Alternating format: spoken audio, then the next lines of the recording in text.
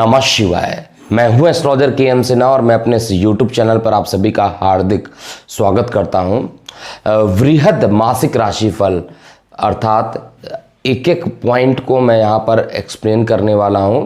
लगन जो रहेगा वो वृषभ लगन है और वृषभ लगन वाले जातकों का ये पूरा नवंबर महीना कैसा बीतेगा A to Z, मतलब आपके जितने भी ग्रह हैं 8 ग्रह, चंद्रमा क्योंकि वेरिएशन करता रहता है इसलिए चंद्रमा को इसमें काउंट नहीं किया गया है, और बाकी जितने भी बड़े प्लैनेट हैं या जिनका राशि परिवर्तन 15 या 20 दिन के बाद होता है सबको इसमें सम्मिलित किया गया है, चाहे वो सूर्य हो, बुध हो, गुरु हो, शनि हो, राहु हो, केतु हो, सभी को इसमें सम्मिलित किया गया है। तो पहले हम ग्रहों की स्थिति को समझेंगे, उसका क्या फल पड़ेगा, उसके बाद 12 भाव जो होते हैं हर भाव का अलग अलग इंडिकेशन होता है, तो हर भाव का क्या परिणाम होगा उसको हम देखेंगे।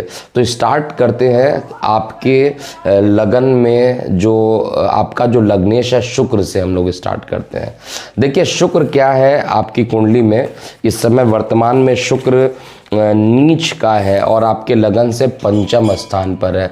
तो शुक्र एक तो नीच का है और पंचम स्थान पर बैठा हुआ है, तो निश्चित रूप से आपके संतान से आपको विवादों का सामना करना पड़ सकता है।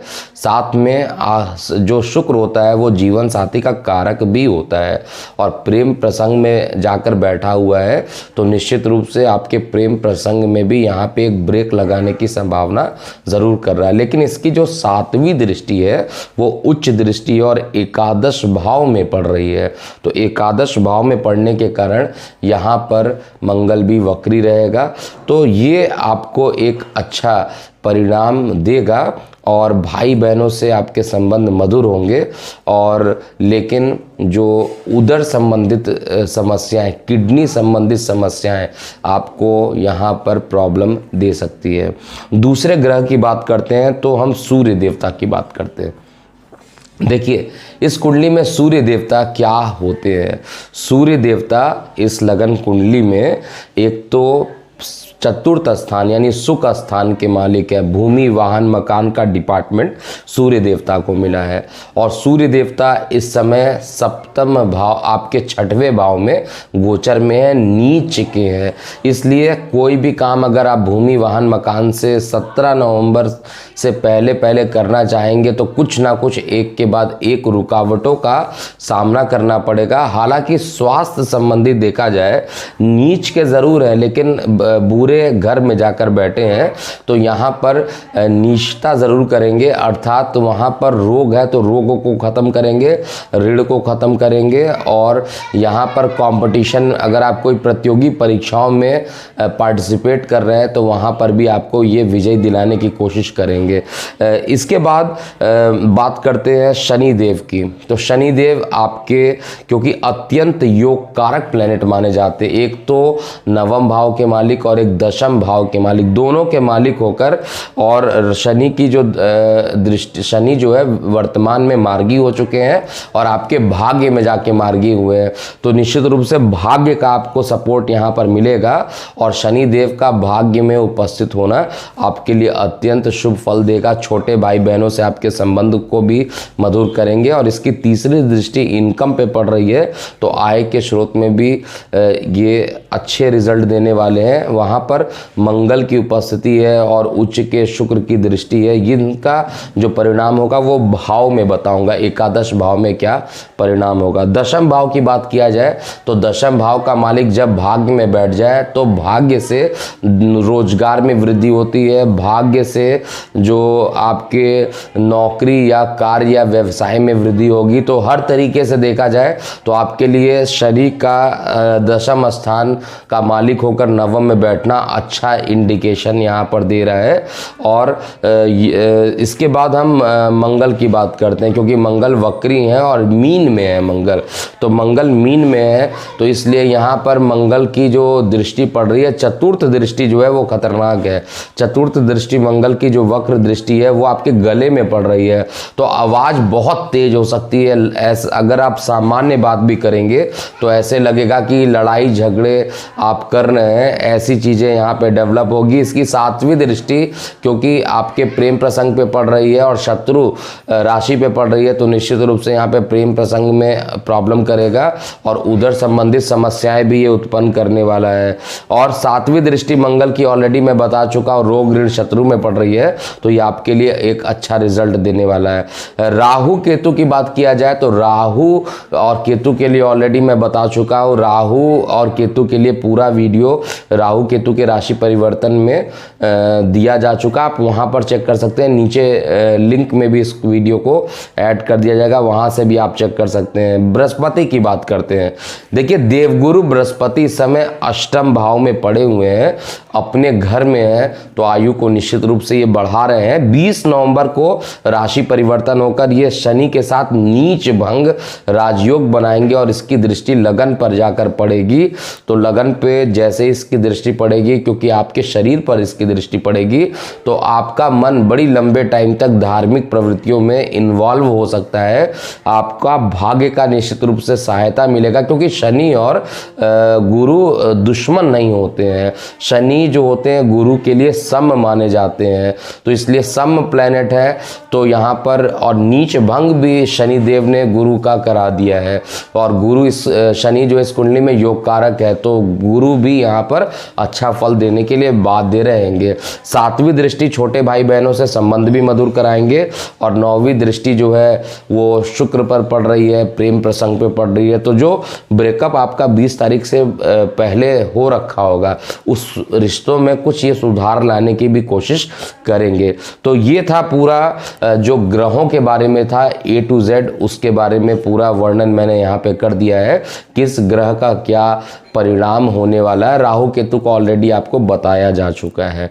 अब हम बात करेंगे कि हर भाव पर ये लगन वाले जातकों पर इसका क्या प्रभाव पड़ने वाला है।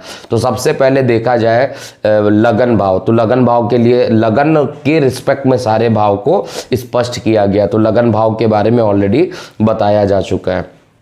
अब हम द्वितीय भाव यानी परिवार का भाव, धन का भाव, कुटुंब का भाव, दाएं नेत्र का, और बहुत सारी चीज़ें इसके अंदर इंक्लूड होती है, लेकिन मुख्यतः हम इसको काउंट करते हैं।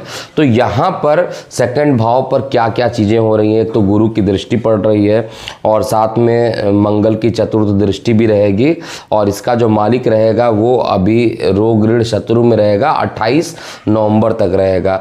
तो निश्चित रूप से हर परिस्थितियों में देखा जाए तो खर्चे का मालिक विदेश को देख रहा है, खर्च में जाकर देख रहा है। इन जहाँ पे धन संचार होता है उसका मालिक खर्चों को देख रहा है, तो खर्च ज़रूर यहाँ पर ये कराएगा, आपके खर्च की अधिकता रहेगी।